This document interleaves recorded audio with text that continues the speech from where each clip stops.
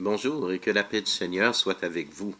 Alors, je ne sais pas, vous avez eu la chance de vous procurer le livre d'ici de Gabriel Rossini, La Vierge Marie dans l'œuvre de Maria Voltorta.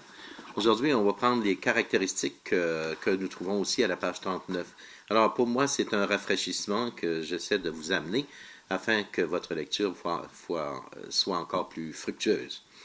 Donc, on pourrait dire que l'œuvre de Maria Voltorta, on le connaît, le thème, le titre original, c'est le Poema dell'uomo, Dio. Alors, c'est-à-dire que c'est le poème de l'homme-dieu, mais qu'on a traduit, nous, en français, l'Évangile tel qu'il m'a été révélé. Ce qui a causé beaucoup de dommages à Maria Voltorta elle-même, puisque ce titre a reçu beaucoup d'opposants. Mais on pourrait dire aussi que dans son œuvre, comme dit le père Rossini ici, alors dans son œuvre, on pourrait même parler du poème de la Mère de Dieu. Alors pourquoi? Parce que la figure du Christ se voit renouvelée à l'intérieur de l'œuvre de Maria Voltorta. Et par conséquent, si la figure du Christ se voit renouvelée, la figure aussi de Marie se voit rafraîchie, renouvelée, se voit illuminée. Alors, dans sa mariologie, on pourrait dire qu'elle présente Marie comme une figure nouvelle. Et ça, c'est tout à fait intéressant parce que elle va en parler, et nous le verrons plus loin, même dans la pensée de la Trinité. Alors, c'est quand même très, très, très beau de voir la profondeur avec laquelle elle va développer son thème marial. Et donc, dans cette pensée nouvelle, elle la décrit comme à la fois semblable aux pures autres créatures. C'est-à-dire que la création a été créée pure, et même s'il a été infligé par le péché originel, il n'en demeure pas moins que la création n'est pas responsable du péché originel. C'est l'être humain qui l'est, hein, dans sa faute. Mais la création elle-même, elle aspire, dit saint Paul, à la liberté des enfants de Dieu. Alors, par le fait même, la création qui se voit pure, eh bien, Marie est ici présentée à l'intérieur de cette création comme pure parmi les autres créatures. Mais elle ira plus loin, bien sûr, pure mais différente. Alors, c'est le point de la différence. Pourquoi? Parce qu'elle dira que Marie a toujours été plongée au cœur même de la Trinité.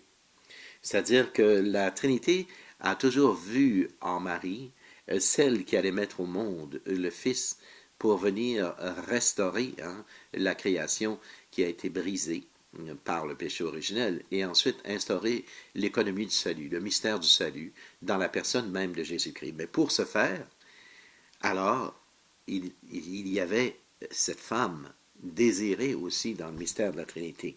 Alors, on pourrait dire que Marie reçoit là une lumière fascinante qui provient de la Trinité pour une unique mission, parce que chacun a sa mission sur Terre.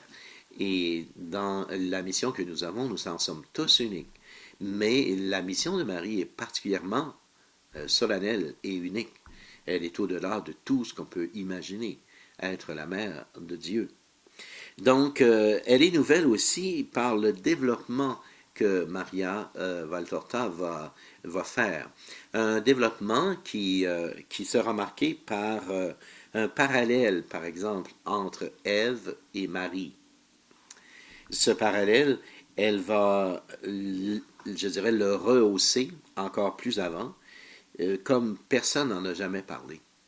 Alors, aucun père de l'Église n'a développé une mariologie aussi pointue que Maria Valtorta. On en a, bien sûr, des bribes dans les pères de l'Église, comme dans des théologiens modernes ou encore des théologiens anciens, mais jamais on n'a atteint une telle précision et une telle, je dirais, préfiguration à l'intérieur de notre développement théologique à nous. Maria Valtorta va nous amener beaucoup plus loin que des simples considérations théologiques. Alors, ça veut dire qu'elle va nous présenter une vierge, la Vierge Marie, comme étant vivante. En effet, si vous lisez l'œuvre de Maria Voltorta dans le livre français, l'Évangile tel qu'il m'a été révélé, vous allez vous apercevoir de tous les détails qui entourent la démarche de l'évangile de Jésus. Et alors, tous les détails font en sorte que Jésus est comme vivant, on est comme baigné à l'intérieur d'un climat, d'une atmosphère qui nous rend la présence du Christ très facile et tangible. Alors, c'est la même vérité avec Marie, la Vierge Marie. Elle va la présenter comme une femme choisie entre toutes les femmes, mais dans des récits concrets. Et ça va nous permettre de voir à la fois sa pureté, sa candeur, sa douceur, sa tendresse, sa souffrance, son amour et ses peines. Elle va aussi nous la présenter à un tel degré que nous aurons l'impression de la sentir présente, on pourrait dire, tout près de nous. Alors, dans ce sens-là, on comprend que cette mariologie a des caractéristiques quand même importantes. Ces caractéristiques sont fondées dans toute la parole de Dieu. Alors, c'est-à-dire son mouvement de présentation de la Vierge Marie est tout à fait biblique. Il est éminemment biblique, c'est-à-dire qu'il est rempli du récit des Écritures et par le fait même, il devient comme un mouvement où on sent la présence de Marie comme un peu l'âme d'une théologie mariale. Alors, on n'approche pas l'œuvre de Maria Valtorta seulement qu'avec l'intellectuel. On approche l'œuvre de Maria Valtorta dans un global qui touche toute la personne, toutes ses dimensions.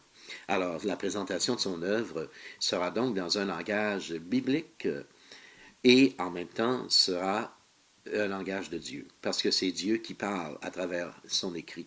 Et à ce moment-là, on va se rapporter directement à toute l'expérience à l'intérieur de la Bible.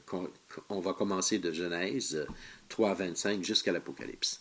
Alors, on va passer à travers tout le livre de la Sainte Bible par un expérimentum, je dirais, de lecture qui vont nous donner tout à fait une autre dimension, une autre envergure de la considération de la théologie mariale.